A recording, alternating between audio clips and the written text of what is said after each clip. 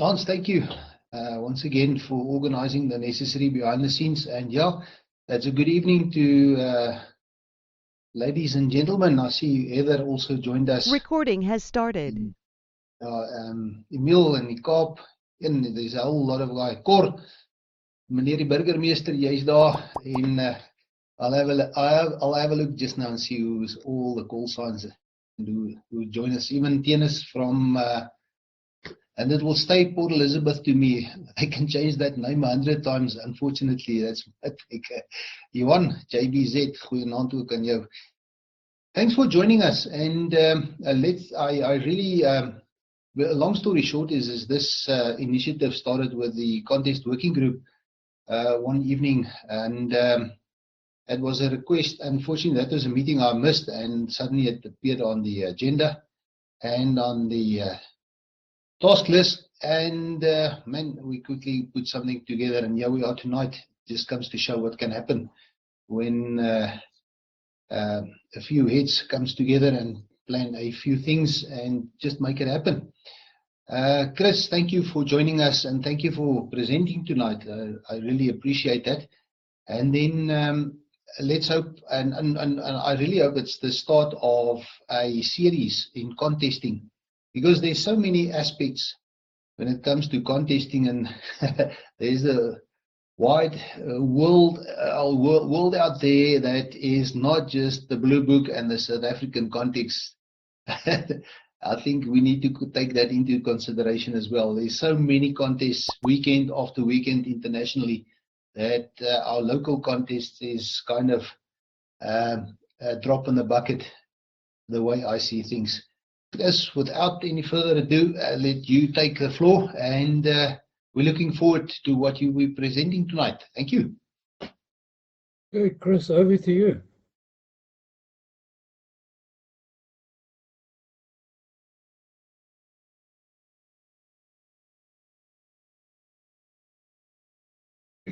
Right, if all this black magic worked, you should be seeing my title slide about now.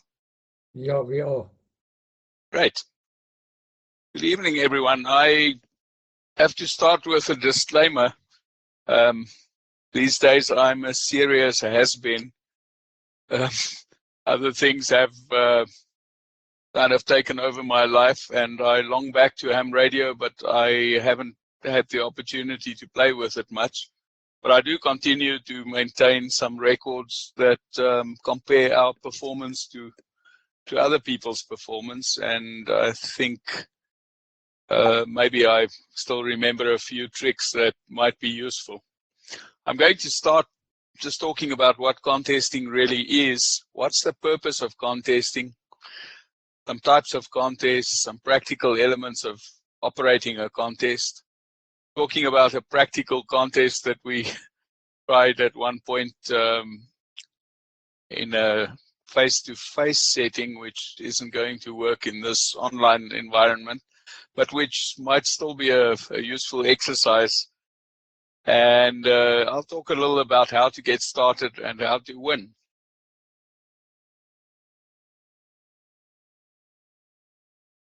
Right, what is a contest? Firstly, contests are typically over a limited period. Some are very short, like 3 hours, some are 24 hours, some are 48 hours, and one could even stretch the definition to take in contests that run over a longer period, like 1 year.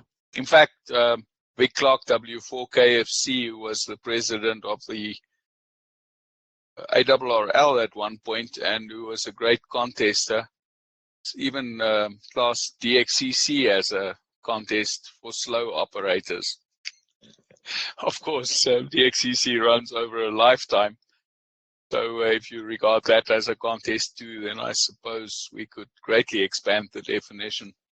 Typically in a contest, the idea is to make contacts and to exchange information with the other person. In addition to your call sign, also typically something like a sequence number, RST, in other words, your signal report, maybe your zone, either your CQ zone or your ITU zone, maybe the state in which you live, your age, the age at which you were first licensed, or whatever. It varies from contest to contest, but the idea is to transmit information in addition to your call sign. And typically most contests assess that the accuracy of that exchange in addition to the accuracy of the call signs exchange to determine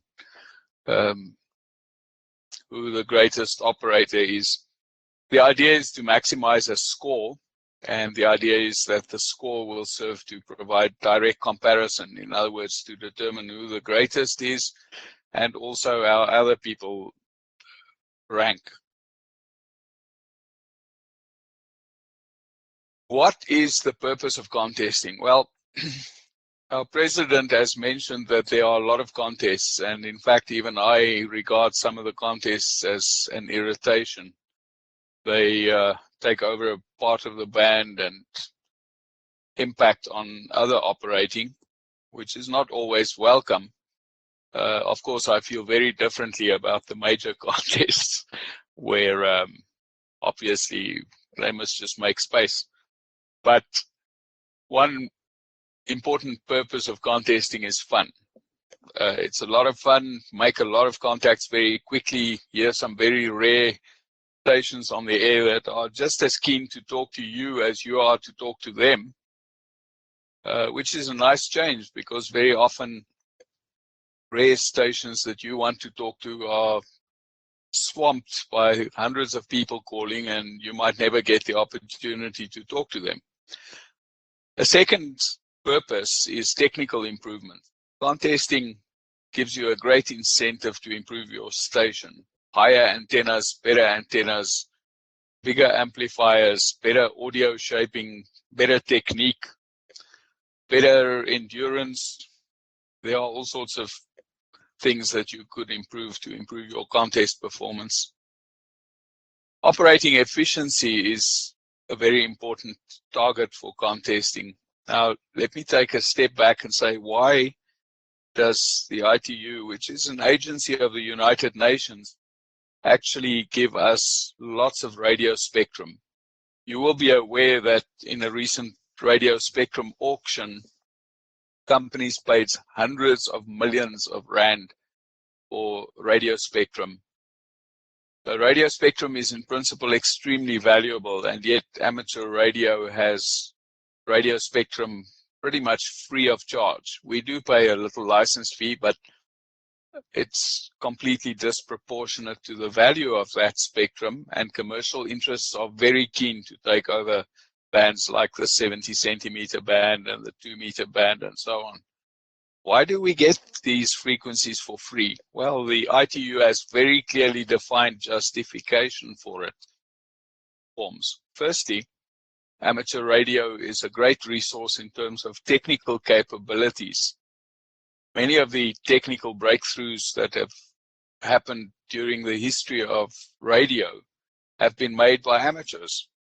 And so having a continuous series of breakthroughs and also having a pool of people who actually know something about radio is a great asset to a country and also to the world. And secondly, the existence of lots of radio stations that are not dependent on infrastructure is a great benefit. We've heard about things like tsunamis and earthquakes and various other natural catastrophes where existing infrastructure like cell networks have been destroyed, and the only way to communicate is through portable operations by radio amateurs who can set up a station quite quickly and pass some essential traffic. So if we become more efficient and our stations become better, we have a reason to exist. If we allow ourselves to become complacent and to become appliance operators without technical skills and without adequate radio stations, we do not have a reason to exist. So we could say that contesting greatly assists in giving amateur radio a foothold in the world. From a personal point of view, it's a great way to chase countries, prefixes, and so on for awards. You can make a lot of contacts very quickly, very efficiently, and without having to sit around and listening every single day. So contests are great for that purposes too. Also, if you win, it's a lot more fun.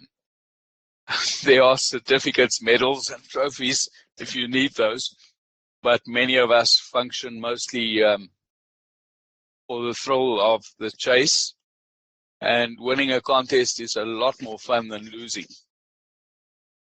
By the way, I have a lot of experience of both. I suppose the reason I was invited is because I've won a few times, but I've also lost more than enough times to understand that part of the equation too.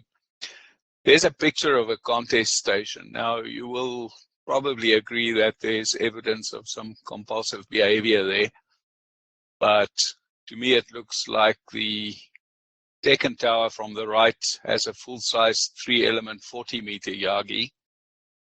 And the others are an assortment of maybe 10, 15, and 20-meter beams. And then some wire, and they probably also see there are some open wire feeders. So whoever built this little station is probably fairly serious about being competitive, and they could probably also set up a great emergency communication system should the need arise. Here's a picture of an inside of a station. This is CN2AA. This is a temporary station that was only built for the weekend to win a contest. So those operators are probably manning 6 different frequency bands simultaneously, 10, 15, 20, 40, 80, and 160. And you can see some fairly fancy footwork to try and filter the signals so that there's no mutual interference. I often wonder why they call it wireless. That picture doesn't seem wireless at all. Right, contest types. There are local contests. They've been mentioned. The Radio League has some local contests, both on HF and VHF. There are DX contests, where the emphasis is on long-distance contacts, international contacts.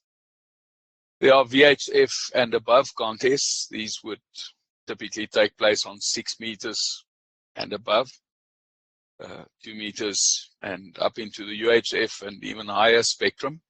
There's Field Day, which is basically only open to portable stations.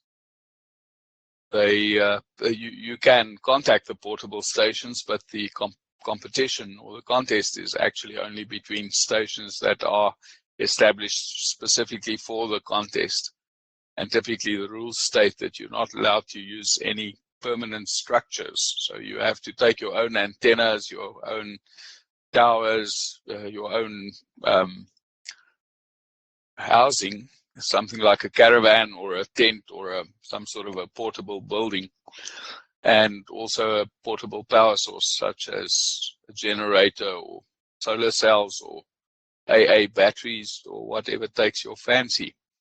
And then there are specialty contests. These might include EME, Earth, Moon, Earth, or Moon Bounce, digital contests, RTTY contests, which are obviously a specific type of digital contest, low band contests, which might only be on 1.8 megahertz or maybe 3.5 megahertz, and then club contests where a lot of participants from the same club might participate. Yes, another piece of evidence of compulsive behavior. This was W5UN's 2-meter moon bounce station, 32 Yagis, each with something like 16 elements or so horizontally, and also with about 10 elements vertically. So he had the ability to switch between them. And either way, you would have 32 Yagis pointing at the moon simultaneously. By the way, this antenna was so efficient that he could connect his handy talkie, his 2-meter FM handheld radio to this antenna and say hello, and then hear hello coming back from the moon.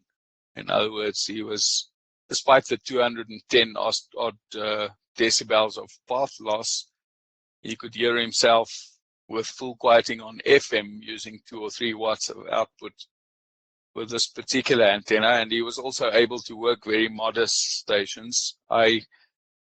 He was the first person to make 100 countries on 2 meters, and I actually, I and a few of my associates actually gave him 4 of the last 5 countries that he needed to complete 100 on 2 meters, using very modest equipment, single Yagis and perhaps 150 watts or so. So we were able to travel to adjacent stations, and that's just an indication of the performance of this antenna system of his. I don't think we did much of the footwork of the heavy lifting except to travel to neighboring countries, but the gain was all on his end. There are different entry categories in contests. The single operator categories involve a single person doing all the operating. So this person has to transmit, receive, log, turn antennas, deal with pesky neighbors, and make food, go to the bathroom, and all other operating functions. There are also subcategories. For example, you can be an all-band entrant, or you can be a single band entrant. Might only participate on 28 megahertz, or only on 21, or only on 1.8 megahertz, or whatever.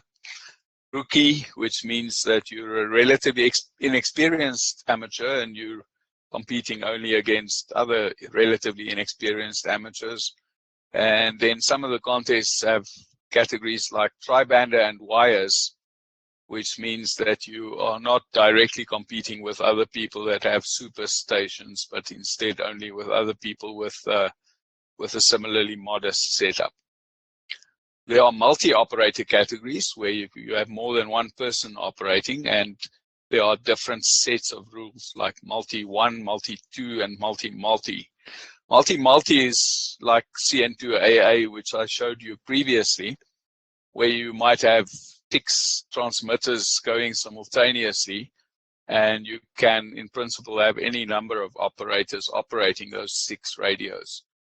Multi-single means there's only a single transmitter with more than one operator, and multi-2 means there are 2 transmitters that may transmit simultaneously, but there are restrictions in terms of the frequency bands and so on, and sometimes also a time limit, which means you're not allowed to move from one band to another all that frequently.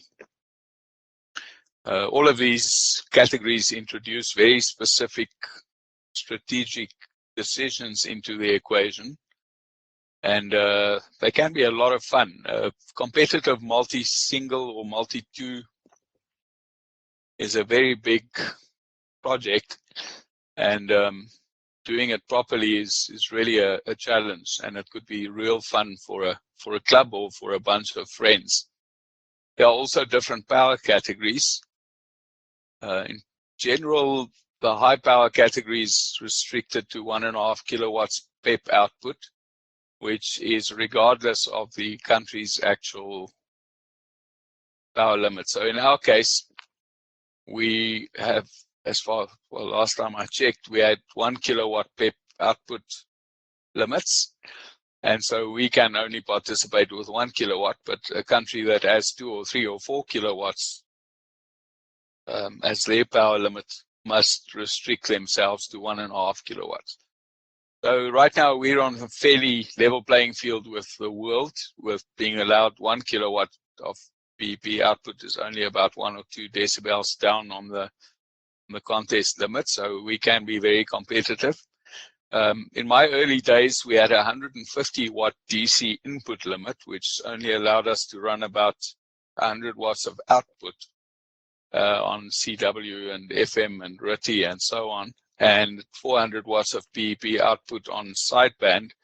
So we had a tremendous disadvantage against the world, but that has been rectified subsequently. And then there's QRP. Low power is 100 watt PEP output, and QRP is 5 watts of PEP output, which is quite a challenge. But nevertheless, using less than 5 watts, I've made in the order of 100 contacts per hour.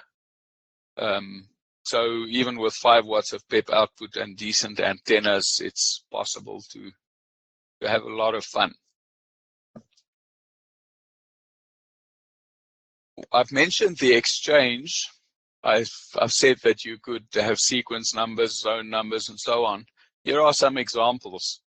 The first one is what one would use in the CQ Worldwide contest on phone, and we would transmit 5938, which is 59 is readability 5 and signal strength 9. 38 is zone 38, which covers all of Southern Africa. In the IARU contest, we would say 59957 on CW. That's obviously 599, the signal report, and 57 is our zone number, zone 57, which again covers all of Southern Africa. 59953, what might that be? Age, maybe. In the All Asian DX contest, you transmit your age, and the other guy transmits his age, and obviously you have to log it accurately. On a VHF contest, you might transmit 599KG44, which is my grid locator, 4-character grid locator. 599001 might be a sequence number, and the next guy might be 002, and the next guy 003, and so on. You will notice that all the signal reports are 59 or 599. Obviously, that's because my antennas are really, really good. But jokes aside, the custom is to send 59 or 599 regardless of the real RST, because logging a uniform report is so much easier in terms of the paperwork and introduces so much less of a risk of inaccuracy. Other exchanges in use are name, age, previous call sign, year license. TOK is a German club locator. It basically says where your club is located. There are other examples like your US state or your Canadian province or your Japanese prefecture or your Italian province or whatever. Depends on the rules of the contest. And the idea is simply to provide a piece of information which you have to copy accurately to get credit for a specific contact. There are often time restrictions. For example, in some contests, you're not allowed to operate the full 48 hours. You're only allowed to operate perhaps 6 hours. 36 hours. And in that case, they may have minimum break durations. So you're not allowed to take a 10-minute break here and a 15-minute break there. You have to take breaks that are at least several hours long. And this restriction introduces tremendous strategy in terms of exactly when you take your break, because if you take your break at the wrong time, you may end up missing a spectacular opening that your neighbor catches, and then you're going to pull out your hair. There are also QSY limitations. I mentioned them briefly before, but for example, in the CQ Worldwide, I'm not familiar with the very latest rules, but at least until a few years ago, there was a restriction that you were not allowed to change bands, your primary transmitter, more than once in 10 minutes. So in other words, if you move from 21 to 28 megahertz, and then you make one contact and you discover that the band is not great, you can't immediately hop back to 21 megahertz. You have to stay on 28 for 10 minutes at least. So again, that really introduces some difficult decisions to be made. The scoring typically works with QSO points and multipliers, and possibly a bonus. So QSO points are often dependent on distance to some extent. In the CQ Worldwide contest, you get 1 point for your own country. You get no points at all for your own country. You get 1 point outside your own country, inside your own continent, and you get 3 points for other continents. So in our context, the scoring system is really skewed. And the reason is that we get 1 point for working someone in the Canary Islands. And he gets 1 point for working us. But he gets 3 points for working someone in Spain, who's only a few 100 kilometers away. And he also gets 3 points for working someone in the central USA, who is closer to him than we are. So in fact, 80% of the entire population of the USA is closer to him than we are, but he gets 1 point for working us, and he gets 3 points for working Europe and the USA, both of which are quite close and very, very easy to work. So the scoring system isn't entirely fair, but it works. And it has worked for almost 2/3 of a century. So I doubt if it's going to be reconsidered, because we don't want rules that are so complex that no one can actually participate unless they happen to have a PhD in contesting. The second element of the score is a multiplier. Now, for example, in the worldwide contest, the multiplier consists of the number of countries, the number of zones, the number of countries plus the number of zones that you've worked on each frequency band. So there are 40 zones, CQ zones. There might be 150 countries or so active in the contest, and so you might have a multiplier of something like 190 or so, and that gets multiplied by your QSO points. So it introduces some strategic decisions, again, that we will discuss in more detail later. There might also be a bonus. For example, in some contests, if you work all the possible available multipliers, you may get more credit. For example, if you're working the USA and you happen to work all 50 states plus the District of Columbia, you might get a bonus point, a few bonus points or a bonus multiplier. There's also an amazing system that they use in the Worked Europe DX contest called QTCs. And QTCs are messages. Do you have messages for me? And I have messages for you, is what the Q code means. And the way it works is, if you've worked, let's say, 100 stations, and you work a strong station, then you can actually pass details of the previous QSOs along to that station and get credit for them. So let's say I've made 100 contacts and a very strong station calls in. I can say, would you like some QTCs? He would say yes, and I would give him details of 10 contacts that I've made before and get 10 points for it. So in other words, by working this strong station, I can very quickly gain 11 points instead of just getting 1 point for the contact. So QTCs are a great challenge. To be able to transmit them effectively is a challenge. But if you have a sharp operator at the other end and the signals are good, then you can earn 11 points within literally a minute or two. You have to think about the relative weight of your QSO points and your multipliers. The final score is the product of the two. And so there's an advantage in making lots and lots of contacts with lots and lots of points, and also working lots of multipliers. So for example, in the worldwide contest, again, you have to make lots of contacts, mostly outside your own continent, but you also have to find lots of countries and lots of zones. And of course, if you find someone in a new country and a new zone, then that counts as a double multiplier, which really makes it worth your while. Again, we'll talk about that in more detail. The next issue to think about is running versus search and bounce. Running means you're sitting on one frequency, calling CQ, or simply just working one station after the other as they arrive. Basically, the frequency belongs to you in a sense, and you just stay on the same frequency and make lots and lots and lots of contacts. Now, to put some numbers to it, it's feasible to make about 300 contacts an hour on single sideband.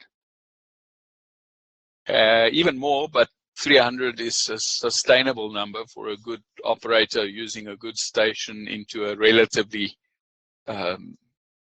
near area. For example, if you're in North Africa and you work in Europe or the US, in our case, especially on the high bands, we also have times of great signal to noise ratio where we can maintain those sort of rates. So let's say 300 contacts an hour on sideband, perhaps 200 an hour on CW, and perhaps 100 an hour on RTTY. That's running. But remember that your final score also requires a good multiplier. So you also have to work lots of multipliers. And in general, you only do that by tuning the band, finding signals, working them, and then tuning some more. So there's this constant predicament. Should I be running or should I be tuning? If you tune, you tend to work relatively few stations, and so you're not going to get lots of QSO points. If you run, you may work some multipliers, but you're probably going to miss some multipliers that may only be available by finding them and working them. And so you have to decide whether you should be calling CQ or whether you should be looking for multipliers at any given instant. The decision may change with time. For example, you may know that there's a great opening in the early evening on the high bands into the USA, and you're going to be able to work lots of people because they speak a reasonable facsimile of English. And they also have decent stations and they have short call signs. And so you know you're going to be able to work lots and lots and lots of people. On the other hand, at sunset, you may have unique openings that only last a few minutes. For example, you may have a low band opening to the east, and you may have a high band opening into the Caribbean. And both of those may produce great multipliers. Should you be running or should you be searching and bouncing? Well, there's a solution, fortunately. You can have two radios, which means that while you're running, you are listening to the other radio and looking for multipliers. And then you quickly work the guy and then go back to your own frequency and run. So there's a whole science behind two radio operating. I used to have 3 receivers.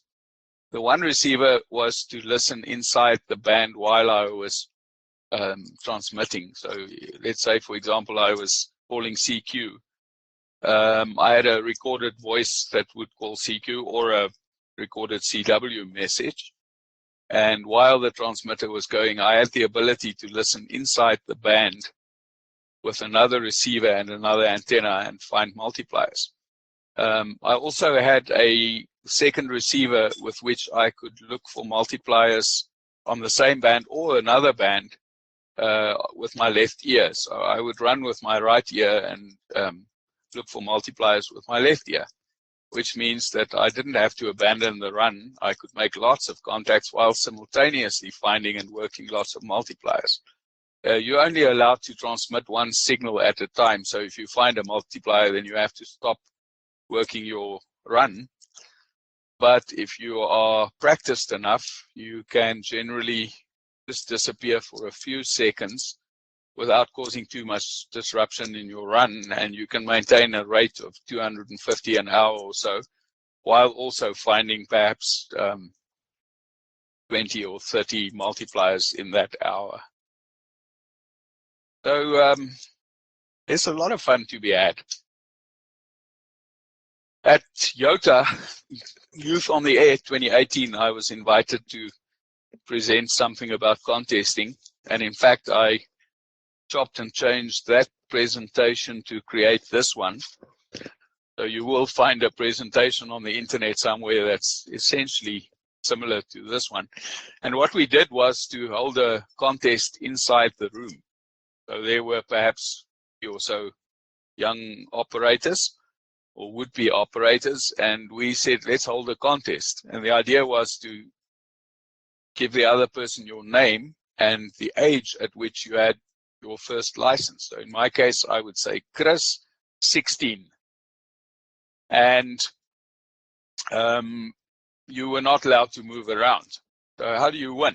Well, you had to learn a few tricks. One is to stand on a chair so that more people can see you and hear you. Another is to cup your hands behind your ears so that you have a bit of a directional pattern. Another is to speak in falsetto because your voice is a lot more recognizable. And of course, women have a permanent advantage in this regard. So a female contest operator can really penetrate pile-ups and even run at a much higher rate. And in that particular contest, obviously, sign language was also helpful. For example, if most people knew my name because I was the guest speaker, so I had an unfair advantage in that regard. And using sign language, I could make it clear what my age had been when I was first licensed. So you kind of have to look at the rules and look at the circumstances and then figure out how to get an advantage, fair or unfair, but without violating the rules. Unfortunately, there are people who, shall we say, poke at the very edges of ethics, but generally most people play clean and abide by the rules.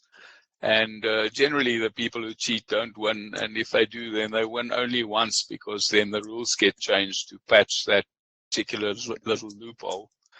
And then their fun goes away, and then the rest of us can have more fun. Now, how to get started. So some of you have definitely had decent exposure to contesting, but I'm sure there are a few who haven't. So let's see if we can help you to get started. You need a basic antenna and a radio. Nothing fancy is needed to get started. If you want to break world records, maybe the rules will change, but initially you can get started with whatever antenna and radio you have. Second point, gather some experience. Just jump in. Read the rules.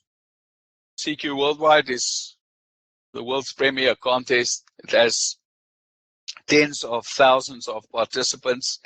People go to rare places and build big stations, and they are just as keen to work you as you are to work them. So you should be able to work some exotic destinations that you wouldn't even hear outside a contest. Another example is the WPX contest. The phone version is at the end of March, and the CW version at the end of May every year. The CQ Worldwide, by the way, the RITI contest is at the end of September, the phone contest at the end of October, and the CW contest at the end of November every year, the last full weekend. So the dates vary a little bit, but you can always count on somewhere between, let's say, 23 and 30 November, there will be a CW contest the whole weekend. And it is a real opportunity to some very exciting operating. Virtual Europe, I think, as I recall, is around August and September. The expeditions are a great way to learn to operate. Some expeditions have huge pile-ups, and you need to learn how to crack those pile-ups. But also, you have to learn to predict propagation so that you know what time of day you ought to be looking for them. And if you work at the expedition on 5 or 6 or 7 or 8 or 9 bands, then hopefully you will have learned something about propagation. And then there are the SARL HF contests, which are very short and very intense. And they're also a lot of fun, specifically in the light of the Worktool ZS awards program. So you can come up and work lots of ZS stations quite quickly. And again, they're as keen to work you as you are to work them. So you don't need more than a few seconds to make a contact. And you can rack up, I think you could probably get very close to working all the requirements for Worktool ZS in a 3-hour period. So there's a lot of fun to be had. Now, I said there, adjust your expectations. And I learned a very valuable lesson.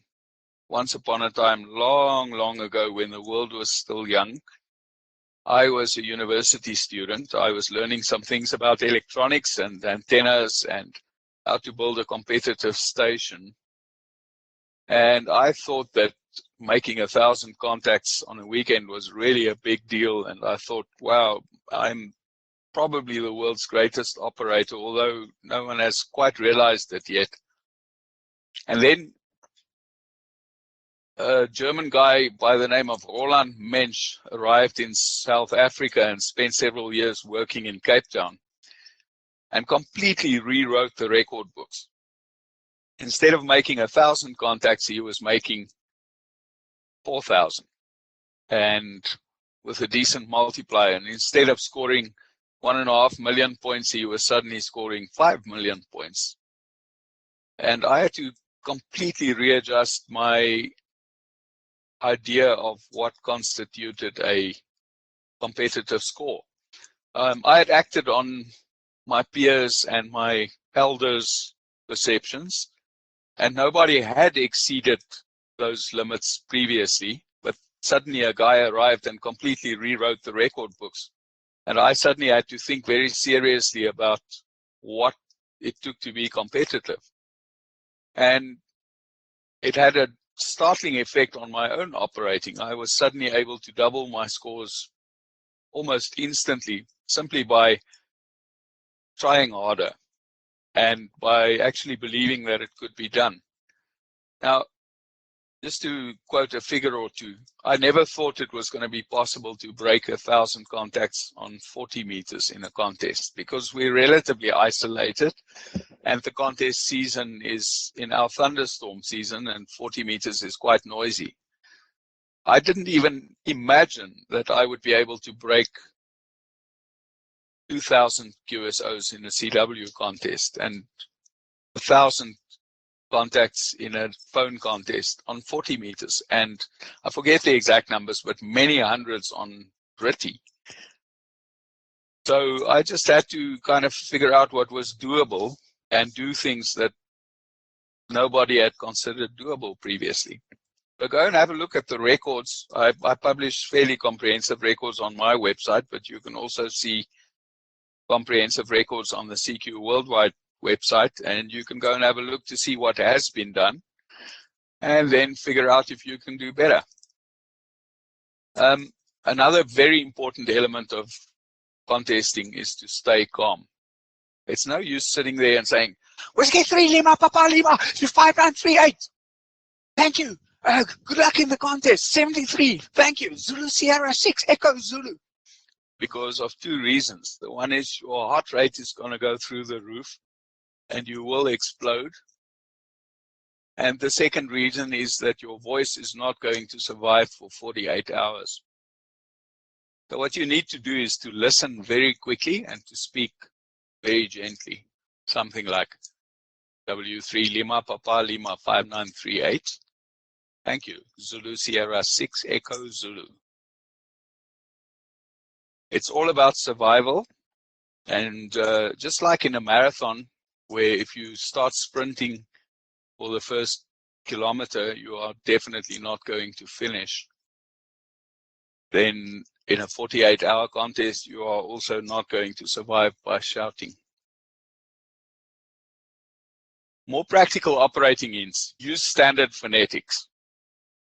Standard phonetics are the ICAO phonetic alphabet, Alpha, Bravo, Charlie, Delta.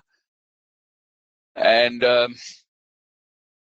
people like to use very cute phonetics like Zanzibar, Santiago, 6, Boston, Canada, radio.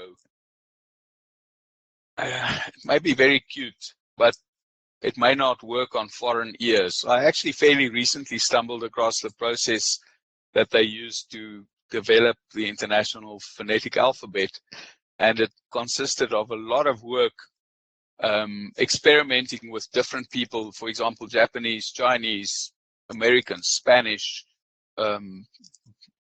Africans, Europeans, all over the place, trying to figure out which phonemes people can hear. Now, for example, you all know that a Japanese ear doesn't hear the difference between R and L. So if I say radio, you know, to them it might just as well be ladio. And if I come up with cute phonetics, it may just simply not be audible to them. They may simply not be able to distinguish. So you're actually shooting yourself in the foot by not using standard phonetics. I would strongly advocate that you use standard phonetics at all times. Use full call signs. You sometimes hear people shouting in a pile-up.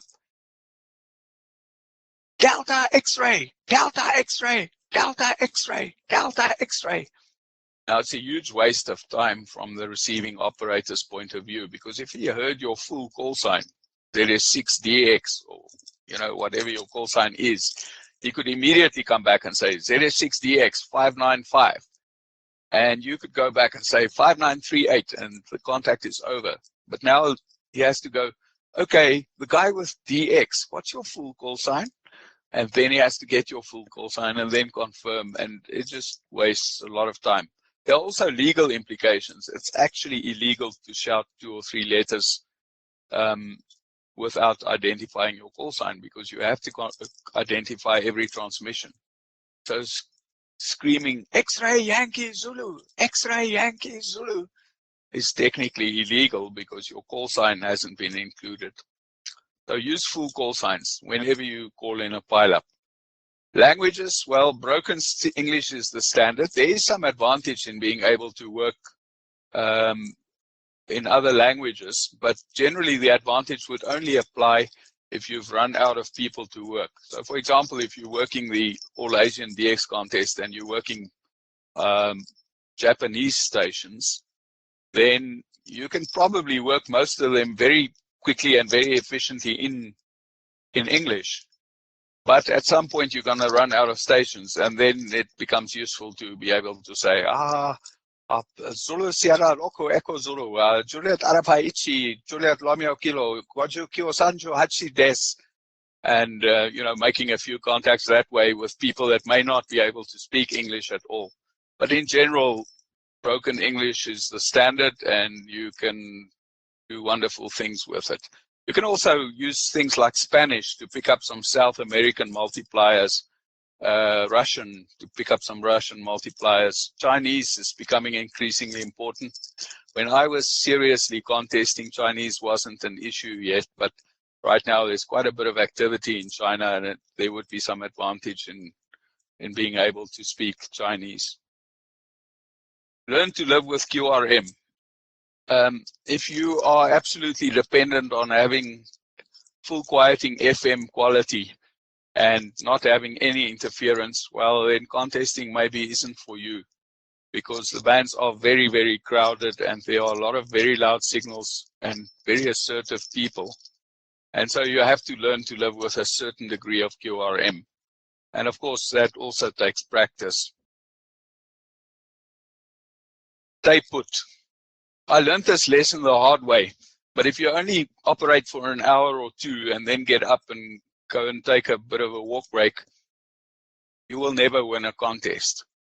So apply bum to chair is one of the secrets of winning a contest. And I learned it running big runs into the USA, where you can work over 1,000 stations in a 4-hour period from, let's say, from sunset to about 10 p.m. or so, very quickly, very efficiently, and typically that would produce about 1/4 of all the contacts that you make in an entire 48-hour contest. But if you get up, you lose your frequency, and it really has a devastating impact on your score. So you have to learn the ability to sit in your chair and to operate for 6 hours straight without budging.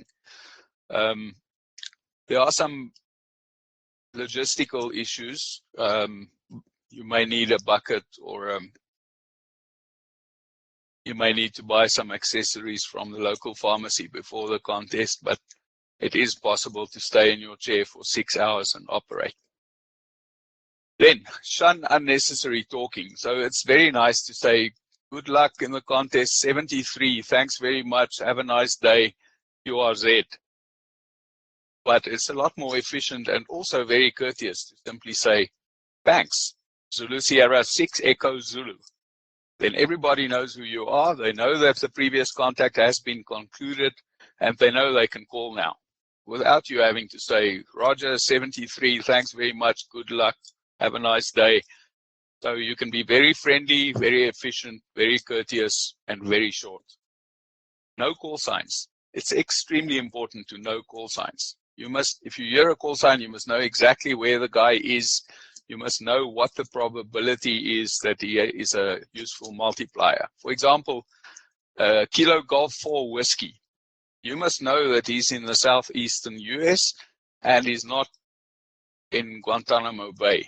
If you hear Kilo Golf 4 Whiskey, you must know that he is in Guantanamo Bay and he's potentially a double multiplier, Zone 8 and Guantanamo Bay, and so on. You must also know that under US regulations, it's possible to have call signs that don't conform with a geographic distribution, and so you can have a W1 call sign in Hawaii or in Alaska or even on Baker Island. So it's even an advantage to know the particular call sign so that you know, oh, that W1 happens to be in Hawaii. You can also hear propagation changing if you understand call signs. So if you know, for example, in Europe, if you hear a Lima Zulu and you are looking for an Echo Romeo, then you know you have propagation to the area that you're looking for. Whereas if you hear a Lima Zulu, it tells you nothing about whether you're going to be able to work that elusive Charlie 3 that's also on the band. Accuracy is extremely important, and with computers and specifically with electronically submitted logs, contests now have the ability to scrutinize accuracy very, very intensively. And I, for example, saw the bronze medal being awarded at the World Radio Sport Team Championships in 2014 because the team that was something like 5th or 6th was almost perfectly accurate. And the penalties that were applied to some of the other logs meant that people moved down from their medal positions into the also ran category simply because the other competitors were more accurate. Emphasize important stuff. As I said, using QRZ and using this ease and so on doesn't buy you any brownie points, but your call sign does. If people hear your call sign, they know exactly who you are and they know whether you're a multiplier or not, and they can decide whether to call you. So, for example, saying CQ, CQ, CQ contest, CQ, CQ, CQ contest. This is Zulu Sierra 6 Echo Zulu, over. Contains very, very little information, whereas CQ, Zulu Sierra 6 Echo Zulu, Zulu Sierra 6 Echo Zulu, Zulu Sierra 6 Echo Zulu contest contains a lot of information, and it'll get lots of people, as they tune across you, they will immediately know who you are. You must also track multipliers and duplicates. So you have to make sure whether you have worked a particular multiplier or not, and because that determines whether you're going to spend time looking for that multiplier or not, and also whether you're going to call in a pile-up or not, because if you've already worked the multiplier, there's absolutely no sense in spending time on that multiplier again. How to win. Now, this is a slightly different issue. I would say the biggest key is practice. You have to get on the air. You have to work contests. You have to work the expeditions. You have to become slick. You have to know exactly what to do. You have to have a good foot switch so that you know, so that you can minimize the amount of delay time between transmitting and receiving. You have to listen. You have to be able to pull out a full call sign out of a pileup with no delay. You have to read. You have to listen to people who operate. You have to listen to good operators and see exactly what they're doing. You have to read. You have to read articles. You have to read on the internet. You have to read contest stories. You have to find mentors. Contest clubs are a good source of that. We don't have any really, but well, we have one contest club, but it's a little bit dormant at the moment because I am otherwise engaged, but I'm going to resurrect the Pretoria Contest Club at some point, and then we're going to do some multi-operator stories, and then a lot of people will learn a lot of things and we will have a lot of fun. So look for a contest club, or look for like-minded people, or look for mentors. Then develop your station hardware. Figure out what you need. Do you need higher towers? Do you need more directional antennas? Do you need less directional antennas? DXing and contesting don't need the same antennas, because DXing is only there to talk to one particular station. Contesting is there to talk to every station. So you can learn a lot about antenna design by looking at mobile networks rather than looking at DXing stations. You need good logging software, because good logging software will help you to identify multipliers, and it will help you to ensure that you don't work the same guy over and over, because you won't get credit for it. There's free logging software. There's also logging software available that you have to pay for. I don't know what the latest and greatest options are, but certainly some options include N1MM, N6TR, and so on. So there's a lot of good software floating around. Your location. Well, the really serious competitors move to be near their audience. For example, they go to North Africa or to the Caribbean, where they get 3 points for every contact, even though they're practically in Europe or practically in the USA. But in our case, at least you can look at your topography. Are you on the north side of a hill or the south side of a hill? If you're on the south side of the hill, you are not going to win the European DX contest. If you're on the north side, maybe you are. If you're in a VHF contest, you want to be on a hilltop, no doubt about it. If you're in the valley, well, you know, maybe you have a nice river next to you and it's a great place to live, but you're not going to win the VHF contest. Then strategy, band changes, rate versus multipliers. We've already talked about it to some extent, but let me give you a tangible example. At one point, I decided to break the world 10-meter record on CW.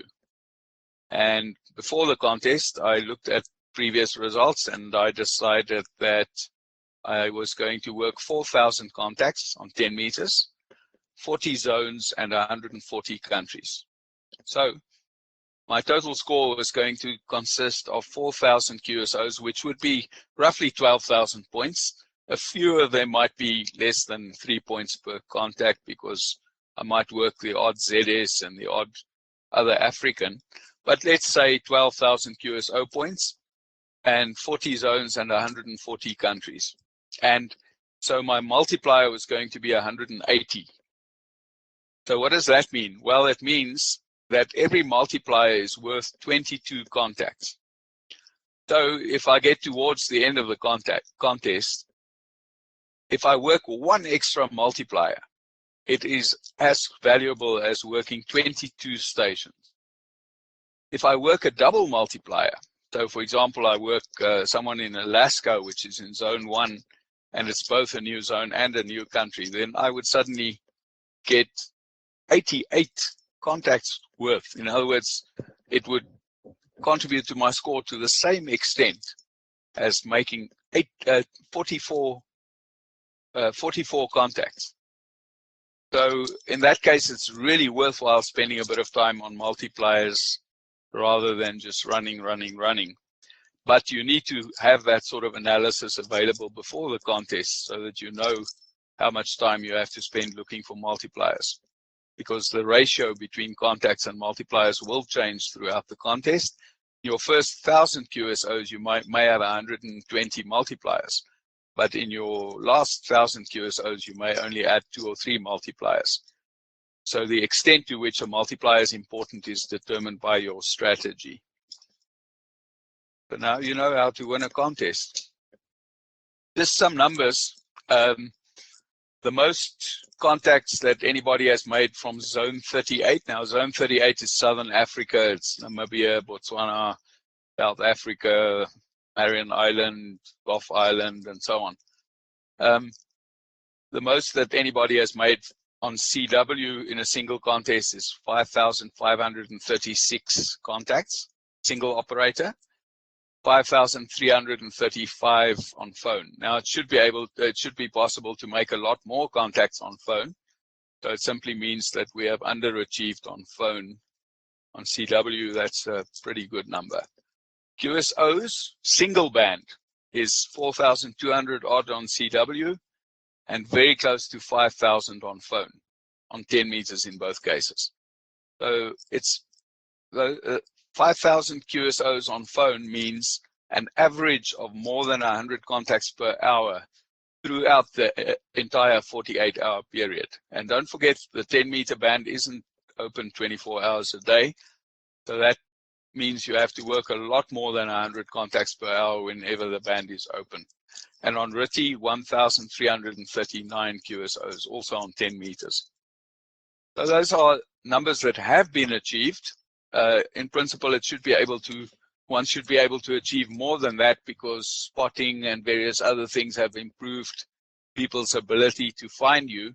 And so you could probably do bigger numbers than that. Multi-op, 6,800 odd on CW and 6,500 odd on phone. Again, those are underachieving. If we do serious multi-op contesting, we can expect to make about 10,000 contacts in a contest. Countries, single band, 149 is the record on CW, 88 on RTTY, and 152 on phone. Again, those numbers are probably subject to improvement. Zones, of the 40 zones worldwide, well, several of us have worked all 40 of them on CW or phone in a contest on a single band, which means you have to cover the entire Earth's surface during the contest. And on RTTY, the record thus far is 30, and I'm pretty certain that can be exceeded. This is evidence of compulsive behavior. This is my own station before it started deteriorating. The tower in the middle is actually a rotating tower. You can see a stationary section down below. Everything above that low triangle rotates. So you can install 4 or 5 or 6 Yagis on that tower and they all rotate together. The Yagi at the top is a 4-element 20-meter Yagi with a long boom, about 15 meters long. The Yagi on the second tower from the left is 2 elements on 80 meters and 3 elements on 40 meters. And the highest towers are around 42 meters tall. So this is the level of compulsion that I allowed myself to be drawn into when I was still a contester. You don't need that to start off with, but you know, if you eventually become sufficiently engrossed, you may end up somewhere in that sort of area.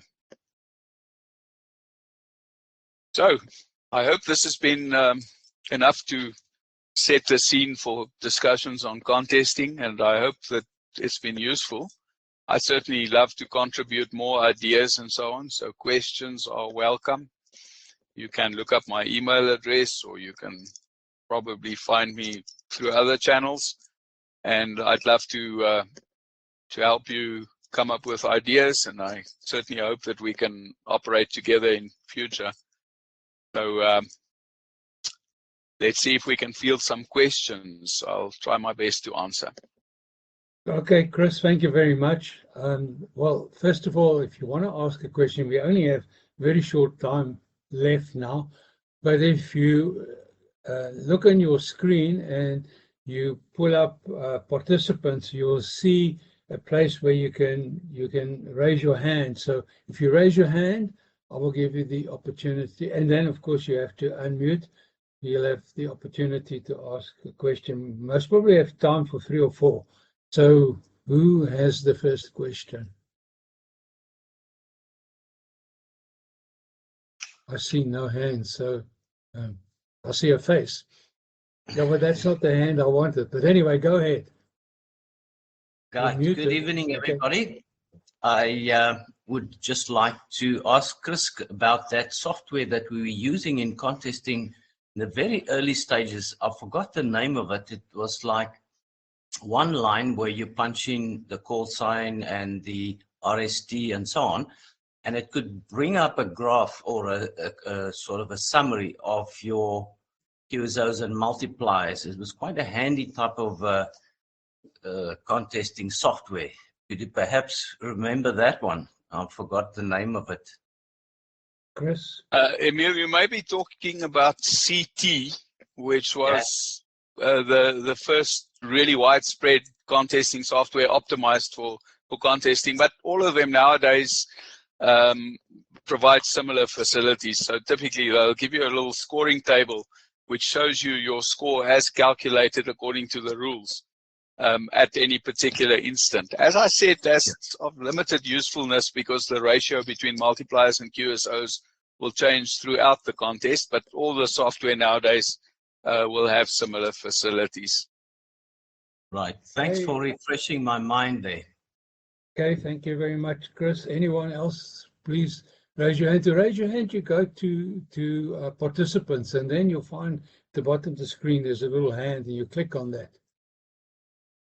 Right, Dennis, ZR6BP. And then Leon, and there was somebody else before that, which I didn't catch quick enough. Right, go ahead.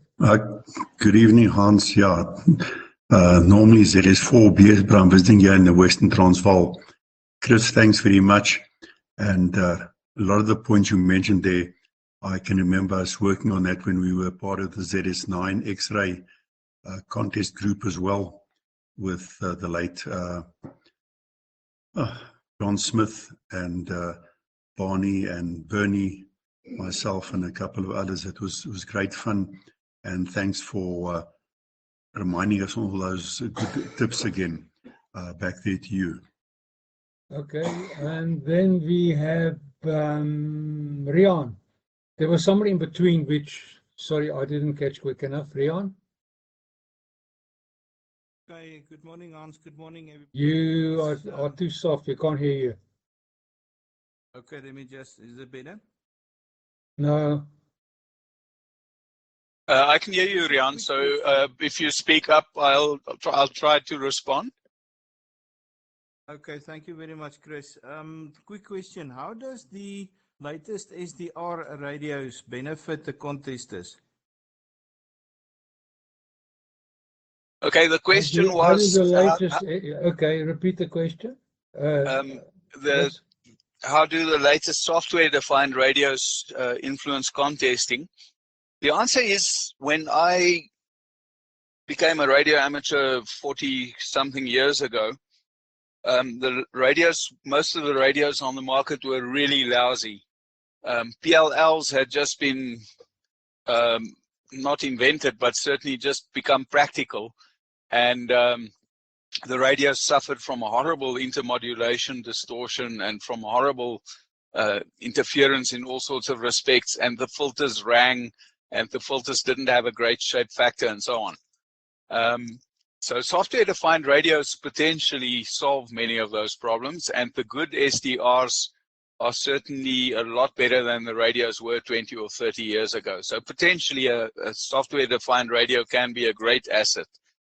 It also may open other avenues, like, for example, having a station out in the countryside and then sitting in your little apartment in the city and operating your station, even though you're not physically present.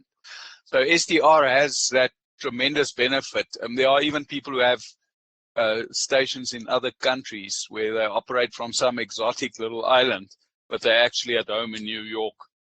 So SDRs have definitely added new possibilities, but even from a basic performance point of view, for example, the ICOM 7300, which is basically a software-defined radio with a decent user interface, has much better performance than any radio that was available in the 1980s or so. Thank you very much, Chris. Thank you there very was much, another Chris. station that asked a question, and I didn't catch him quick enough. Just give me your hand again.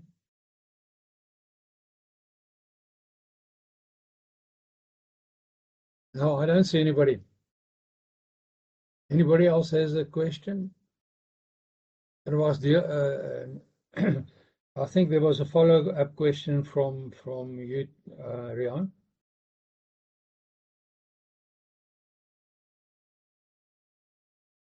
No, I'm good. Thank you very much, Hans.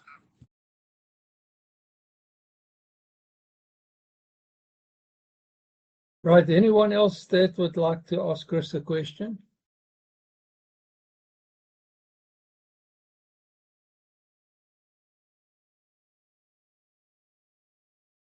So now the question is, did I cover all bases or did I lose everyone? No, you didn't lose me. Hey. You just got me frightened. Maybe a last question. Where do we keep scores or display any scores for the South African ham fraternity so that we can go and look and see about who's who on the list? Is it still available on your website, Chris? Or is there something else, somewhere else that we can consult? Yes, as I pointed out, the CQ Worldwide DX Contest has its own website, which has a comprehensive archive. So you can go back and look at scores going back to the 1940s. And on my website, I have South African records for the CQ Worldwide DX Contest, and I think also for the WPX and so on. The CQ Worldwide phone, CW, and RTTY records for Zone 38 are included on my website, along with a lot of other DXing type information like DXCC and worked all zones and that sort of thing. One thing I might also mention, there's also a list on my website of all the Southern Africans, all the Zone 38 stations that have won categories in the CQ Worldwide DX Contest. So you can go and look there. Some of the guys have won single band categories. Some of the guys have broken world records in single band categories and so on. Generally, we're not that competitive in the all band categories, but even there we have had a few trophy winners for Africa and so on. So you can go and have a look to see what has been done, specifically in the CQ Worldwide Contest, which is certainly by far the most popular contest in the world. Chris, the URL of your website? You can probably find it, find something like Zone 38 records using Google, but my web domain is zs6ez.org.za/lists. In other words, I'll put it in the chat as well. Okay. Thank you very much, Chris. Well, it was an excellent presentation as always. As we know you from previous contesting presentations you've made, thank you very much for that. We have another, we said we would not run past 21:30. There's one item that we would like to discuss, and that is this webinar is the first, and we were hoping, as Nico said at the beginning, it would be one of a series.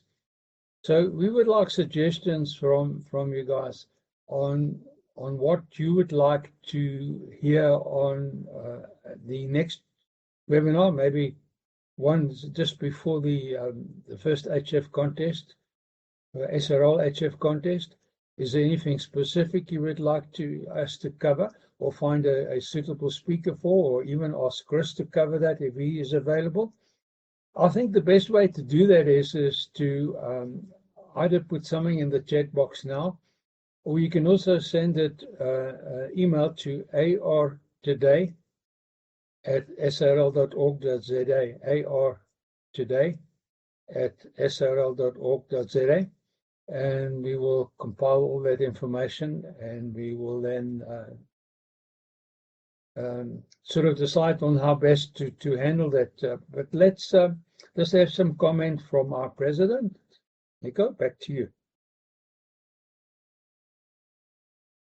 Yeah, should be back on air. Hans, thank you very much indeed for giving us the platform and availability of it for tonight. And Chris, as usual, excellent, absolutely excellent. And you really took me back to 2018. Time is flying. We had so much fun at the IOTA event, mind-boggling. And yeah, that hasn't stopped. Believe me, we were able from 2018 to send the South African team every year. And of course, this year is now also a two-man team on their way in August. So yeah, from that perspective, also you made a huge impression on these youngsters.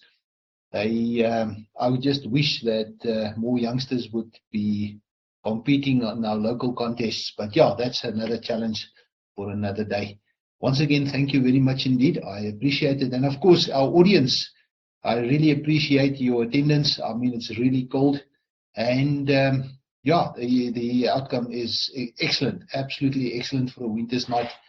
Please let me have those topics, and let's continue with at least one workshop event on a monthly basis. And it might just grow for all practical purposes. Really appreciate it. Hans, back to you, and then good night from my side. Okay, thanks, Nico. Thanks very much. And once again, thanks very much, Chris. I'm sure we can chat a bit more next week, and hopefully we'll have some input to give you about what other subjects people are looking for, and maybe you can address those, or there may be other speakers that are available. Just let us know. artoday@srl.org.za is the email address we were using for this. Right, there's about 2 or 3 minutes left. If anyone still has a question for Chris, maybe you've had time to think about it, show your hand now. If not, just shout.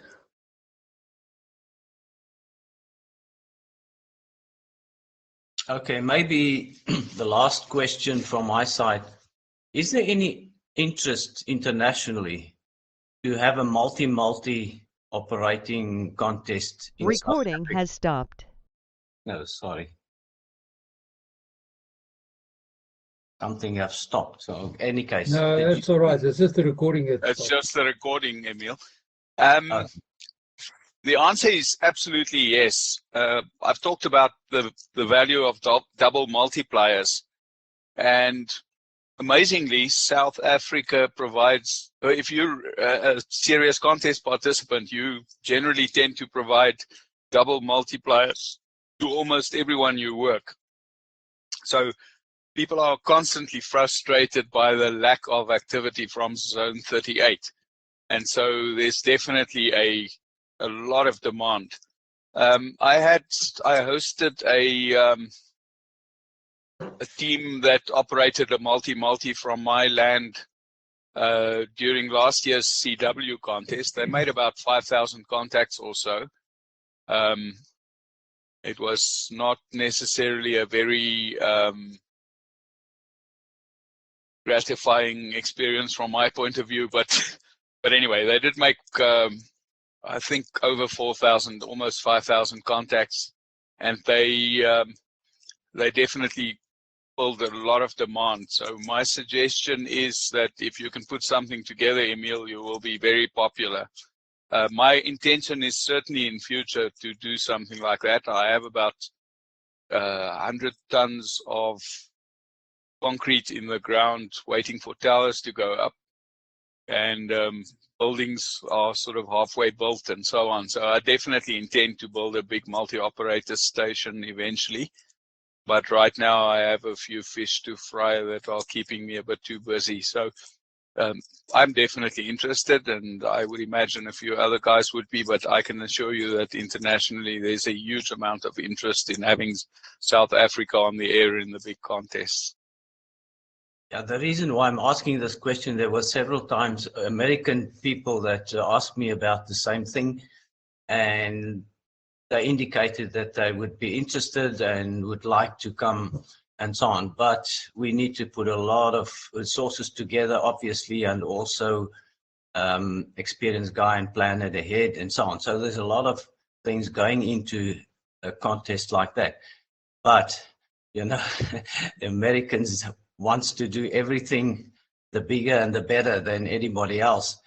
But yeah, I'm sure there's a lot of other international contestants that might be interested and give Zone 38 a good go, you know, against all the other big guns. Yeah, Thanks. let me make an observation in that regard. It's nice to operate with other people, but I found when I was a young student that it was extremely dangerous to go and eat out with rich people. The reason being that they tend to order very expensive stuff, and then they split the bill at the end, and I end up eating very little because I can't afford anything more, and then end up being saddled with my portion of a really lavish bill. We run a bit of a risk with the exchange rate the way it is, that we get burnt because the average American will expect us to incur expenses that they would regard as negligible, but that may be very unaffordable from our point of view. So my suggestion is that you need to formalize the rules very specifically up front on who pays what. But otherwise, it's a huge amount of fun, and it's a great learning opportunity because, you know, experienced guys who come here to operate can certainly teach you some tricks. Thank you. All right. On that note, Chris, once again, thank you very much, and thanks to everybody that joined us this evening. I see out of the 32, there's still 27 of you connected. So. Anyway, thank you very much. Let us know, AR today at sarl.org.za on any other subject you would like us to cover in the next few weeks, and we will try and make such an arrangement. And yeah, 73 for now. Once again, thank you very much to everybody, and have a great evening.